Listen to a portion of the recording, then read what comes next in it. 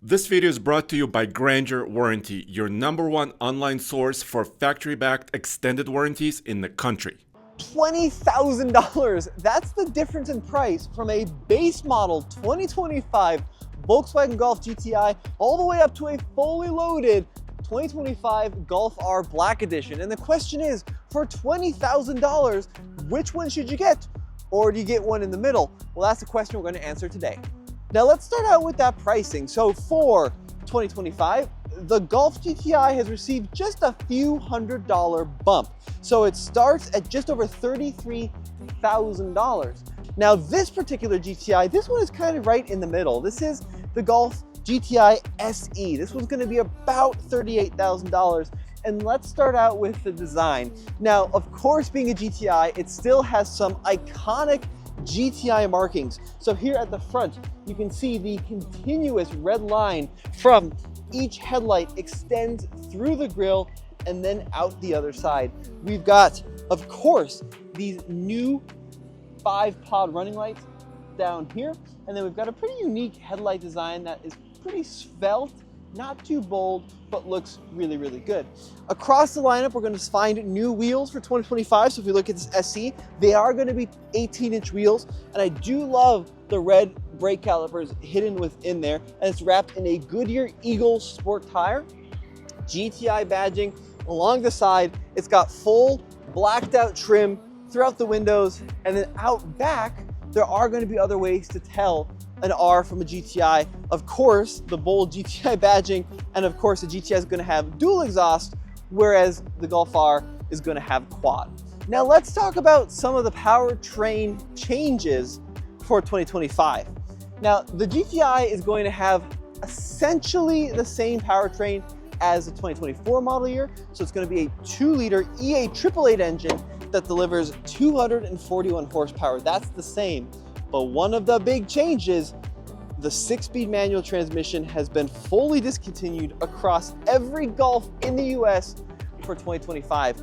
No more manual transmission at all. It only comes available with the 7-speed dual clutch automatic. Now, if you're a fan of manuals, this is definitely going to hurt. We've been very fortunate in the US to have manuals at all in this Mark 8 generation of Golf, because in other markets like in Germany, you couldn't get manuals in various trims of the Golf throughout the year. It's really interesting, specifically that Golf R, which we'll talk about in a second. Now, the interior of the GTI, I really like these high back bucket seats in this SE model. I've always been an advocate for a cloth finish. Leather just gets so hot and sticky in the summer, and this suede look with the little hexagon patterns across the middles feels great. And then you've got a very aggressive sidewall string. Now, I'm not a particularly heavy guy. I'm about 6 feet tall and maybe 180 pounds soaking wet, so I fit these really well. If you are a larger person, though, these could get pretty uncomfortable. We do have a new infotainment screen, so this is going to be a 12.9-inch screen that's courtesy of heated seats. You can see how the navigation system works here. The old Mark 8 standard system I thought was a little clunky. This new one, which I've experienced in vehicles like the ID Buzz, is a big improvement. So this is, I think, going to be one of the primary reasons to go for this facelift over the 2024 is the usability of the screen is just going to be vastly improved over the outgoing version, which is a big deal in modern cars. So we do have steering wheel controls here. Once again, I like this. Physical buttons and controls. We do have volume, we do have tune, digital gauge cluster up there, and then GTI badging down here, and it is a flat bottom steering wheel. What I like about the interior, though, is it's a nice blend of basic, don't worry about getting it dirty, but also full of nice kind of creature comfort. So I think that this SE is a sweet spot in the GTI lineup. Of course, you can get a more affordable S, or you can go to the Autobahn. And if we check out the window sticker here, we can see some of the important information, 27 mpg combined, and the price for this model, $38,835. This was a $1,200 destination charge.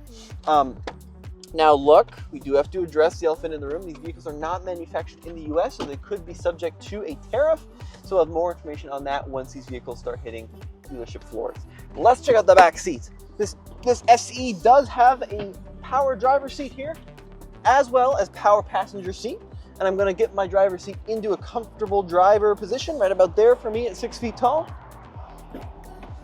Now the rear seat doesn't have quite the same amount of bolstering that we're gonna find on the front seat, but that suede with the hexagon pattern continues on the inside. It does still feel pretty sporty, and then it does have little pockets back here for your phone, which is quite nice, air vents for the furry friends out there, and USB-C charging located there underneath the air vents.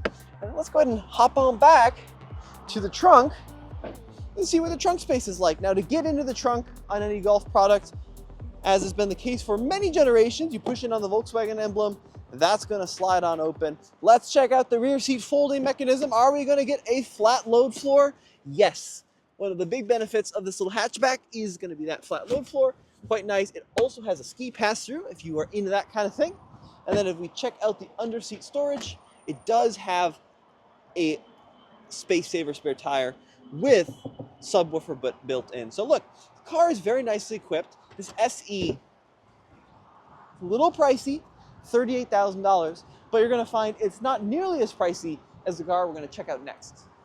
If you're looking at buying a new Volkswagen or even a slightly older Volkswagen, be sure to check out Grainger Warranty for that extra peace of mind. Click the link below for a discount. Hopping over to the 2025 Volkswagen Golf R. Now, I have driven this car in Europe, actually. I was just in Sweden doing some ice driving, but this is the first time we are seeing the Golf R in the US configuration. And there are a couple of really, really slight differences. The easiest way to tell a US Golf R from a Euro one is going to be down here. You've got your little amber turn signals. But apart from that, we are getting the good stuff. They're not holding the best stuff for European audiences. Us in America also get all the good stuff. And this is a new trim for 2025. This is the Golf R Black Edition. Now you can see it's a black edition, A, because it's got the word black here on the B pillar, but B, and probably more obviously, the whole thing is blacked out. There isn't a single part of this car, except for the little orange reflectors, that isn't darkened in some way. The bumpers, the trim, everything is sinister and blacked out on this car. Terrible for video, but it does look pretty cool in person. If you look here, even the emblem is fully darkened, and this is the Volkswagen illuminated emblem here. We also don't have that red strip across the front like on the R. Instead, we have an illuminated light bar that extends the full width of the vehicle. And then there's a few other design differences too. Obviously, those little 5 lights in the bumper, those are gone, and instead we have these little arrow bits to deflect air around the wheel. So slightly different looking car, of course, than the Golf R, but also quite a bit more expensive, which we'll talk about in a sec. Now let's pop the hood and talk about the powertrain. So the GTI, same engine, same power as last year. The Golf R, however, has received a little bit of a tweak. So we are going to find same displacement engine, 2-liter 4-cylinder as the outgoing version, but this 2025 gets a 13 horsepower bump from 315 all the way up to 328. So it's not a huge difference, but it is a slight bump. And then as we talked about in the GTI, no way to get a manual transmission in the Golf R. And of course the Golf R comes standard with all-wheel drive. Now if you want to come on over this side, Zach, we'll show some of the other things. Wheel design here, you can see the R emblems located there on the center caps and also up here on the wheels, and even the brake calipers have a small little R there in the center of them. Blacked out mirrors, R emblem here on the door, blacked out trim, and then out back, more aggressive spoiler than what you're going to find on the GTI. Blacked out emblem back here, you kind of get the sense of broken record, but everything is darkened. And then the quad exhaust, and you can now get the Golf R with the Akrapovic. My brain will not let me remember that name, but the Akrapovic exhaust. And I've had some experience with these cars out on track, and they sound super cool. So we have a driving video coming up very shortly, and we'll let you hear what the US version sounds like when we get it out on the track here in a few days. Now, hopping into the inside of the Golf R Black, weirdly the only place that isn't black. So here we've got that iconic R livery across the seats in that bright blue. Same thing on the uppers with the R emblem, and I love this kind of tartan throwback finish. It also has unique floor mats, and then across the dashboard we're going to see a carbon finish with these monster paddle shifters here on the steering wheel. This is great. What's not so great is the Golf R still has the touch sensitive buttons on the steering wheel, whereas the GTI has got a conventional buttons. This thing has still got the silly little touch thing. So I suspect driving this thing, we're going to have a lot of turning on of the heated steering wheel, but we'll have a full report when the driving impressions embargo lifts here shortly. We also have R here on the left side of the steering wheel for different R modes, which is a kind of cool little shortcut. And then, of course, also no sunroof in this particular Golf R. Now, if we look at the Monroney here, let's see what we're looking at. This is a 2025 Golf R Black Edition. And if you check this out, with the Euro style package, the solid roof replaces the sunroof, the titanium Akrapovic exhaust. There it is, I said it right. Some other little bits and bobs, along with some floor mats. We are going to see a final MSRP of $53,000. This is the world's most expensive Volkswagen Golf ever sold here in the US.